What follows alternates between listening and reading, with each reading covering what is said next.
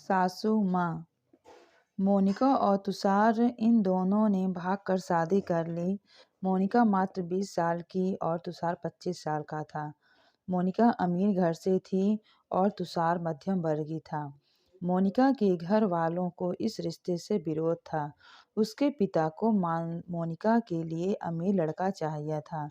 वैसे भी मोनिका के पापा के मुताबिक उसकी शादी करने की उम्र भी नहीं थी। थोड़ी सी समझ आने पर वह तुषार को भूल जाएगी, ऐसा मोनिका के पिता को लगता था।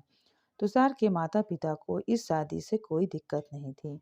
मोनिका की पढ़ाई पूरी हो और तुषार को भी अपने करियर पर अच्छे से ध्यान देना चाहिए, ऐसी उनकी इच्छा थी। बाद में वक्त आने पर वह मोनिका के माँ पापा से बात करेंगे, ऐसा उन्होंने तुषार को बोला था। एक बार मोनिका और तुषार को बाहर घूमते हुए मोनिका के भाई ने उन्हें देख लिया। मोनिका को जबरदस्ती से घर ले गया। उसके घर एक ही तमाशा होने लगा। उन्होंने मोनिका का घर के बाहर जाना बंद करवा दिया। लास्ट में संधि देखकर उन दोनों ने भागकर शादी कर ली। मोनिका के घर वालों ने उससे सारे रिश्ते तोड़ दिए। तुम कभी भी खुश नहीं रहोगी, ऐसी उसे बद्दुआ दी। तुषार के घर वालों को उनका विरोध नहीं था, पर उन दोनों ने के लिया हुआ निर्णय उनके माँ पापा को पसंद नहीं आया।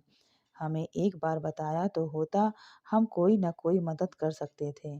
हम मोनिका के घर वालों से इस बारे में बात करते, ऐसे तुषार को उन्होंने कहा। पर अब जो हुआ सो हुआ। उन्होंने मोनिका को बहू के रूप में स्वीकार किया। मोनिका और तुषार को लेकर वह मोनिका के मायके में भी गए, पर मोनिका के पापा अड़े हुए थे। उनको मोनिका का चेहरा देखना भी पसंद नहीं था। पापा के खिलाफ जाने में माँ की हिम्मत नहीं हो रही थी। मोनिका के लिए अब मायका पूरी तरह से छूट गया था। धीरे धीरे मोनिका का तुषार के घर में मन लगने लगा। अब अपना जो कुछ भी है वह यहाँ पर ही है, यह उसे समझ आ गया। मोनिका बड़े लाड प्यार से बड़ी हुई है। उसे कोई भी काम की आदत नहीं थी। हमें ही उसे सब कुछ सिखाना पड़ेगा। इसकी तुषार की माँ को यानी मोनिका की सास को पता था। सब कुछ अच्छा चल रहा था, पर नियति के मन में कुछ अलग ही चल रहा था। उनकी शादी को जैसे तैसे 1 साल हुआ था और एक एक्सीडेंट में तुषार दुनिया छोड़कर चला गया। सभी पर दुख का पहाड़ टूट पड़ा। ऐन जवानी में अपने बेटे की मृत्यु होने के कारण तुषार के पापा को जबरदस्त मानसिक धक्का लगा। मोनिका भी पूरी तरह से टूट गई थी। अभी तो उसकी गृहस्थी शुरू ही हुई थी। मोनिका के मायके वालों को भी यह बात मालूम पड़ी, तब भी मोनिका के मायके वाले कोई भी नहीं आए। तुषार की माँ इन सब में धैर्य से बर्ताव कर रही थी। तुषार के अंतिम संस्कार का कार्य निपटा कर उन्होंने मोनिका को उसके मायके छोड़ आने का निर्णय पक्का किया। मोनिका उसके मायके जाने के लिए तैयार नहीं थी।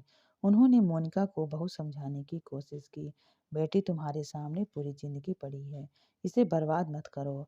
मैं बात करूंगी तुम्हारे माँ पापा से। जरूरत पड़ी तो मैं उनके पैर तक पकड़ लूंगी। उसे समझा कर वह उसे उसके मायके लेकर गए, पर वहां भी उन्हें निराशा ही मिली। उसके मायके वालों का गुस्सा मोनिका पर से कम नहीं हुआ था। तुषार की माँ ने बहुत मानने के बाद भी उन्होंने मोनिका को माफ नहीं किया। उसके पापा ने कहा, आपको यह बोझ लग रही होगी तो उसे कुएं में ढकेल दो। तुषार के माँ पापा मोनिका को वापस घर ले आए। मोनिका के वापस घर आने से घर के बाकी लोग थोड़े नाराज थे। अब मोनिका को कोई भी खुले मन से स्वीकार करने को तैयार नहीं था।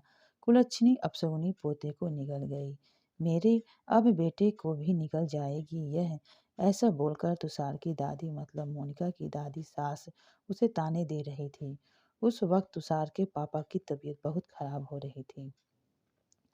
यह सब मोनिका को सहन नहीं हो रहा था। उसने ठान लिया कि यहाँ से दूर निकल जाना चाहिए। रात को सब सो जाने के बाद वह निकलने वाली थी। तभी उसकी सास जो जग रही थी, उन्होंने मोनिका को रोका। कहाँ जा रही है? ऐसे पूछा। माँ मुझे जाने दीजिए, मैं अपशगुनी हूँ, मेरी ही वजह से यह सब कुछ हुआ। मैं तुषार की ज़िंदगी में आती नहीं तो हमारी शादी नहीं हुई होती, तो आज ज़िंदा होता। पापा की यह भी अवस्था नहीं होती, मुझे जाने दीजिए, मैं यहाँ नहीं रह सकती, वक़्त आने पर आत्महत्या कर लूँगी, पर अब यहाँ नहीं रहूँगी। सच में मेरे यहाँ आने से इस घर में सारी खुशियाँ चली गई, मुझे कोई अधिकार नहीं है यहाँ रहने का। मोनिका रोते-रोते यह बोल रही थी। उसके सास ने उसे पहले शांत किया। मोनिका तुम दोनों मिले नहीं होते तो तुम्हारी शादी हुई नहीं होती। तो उसे दिन उस ट्रक ड्राइवर ने नशे में गाड़ी नहीं चलाई होती तो रास्ते पर लोगों ने तुषार को वक्त पर हॉस्पिटल ले जाते तो वह बेटा आज हमारे वक्त पास होता। इन सब बातों का विचार करने का तुषार तो मेरा बेटा था, मेरी क्या अवस्था हुई होगी इन सब में। एक बार तो विचार किया तुमने, वह तो चला गया, अब तुम भी छोड़कर चली जाओगी मुझे। मोनिका तुम मुझ पर बोझ नहीं थी, इसलिए मैं तुम्हारे मायके छोड़ने नहीं गई थी। तुम्हारे सामने पूरी ज़िंदगी है, किसी के चले जाने से हम जीना नहीं छोड़ सकते। यहाँ से ज़्यादा तुम वहाँ खुश रहोगी क्योंकि यहाँ तुषार की यादें हमेशा दुःख देंगी।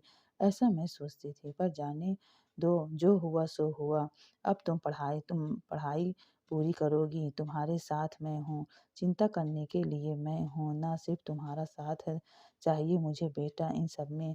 तुषार के जाने से हर कोई परेशान है, हर किसी का बोलने का तरीका अलग हो गया है। तुम्हारा दुख मैं अच्छे से समझ सकती हूँ, पर अब तुम्हें संभलना होगा, लोगों का बोलना नज़रअंदाज करना होगा तुम्हें, मन लगाकर पढ़ाई करनी पड़ेगी।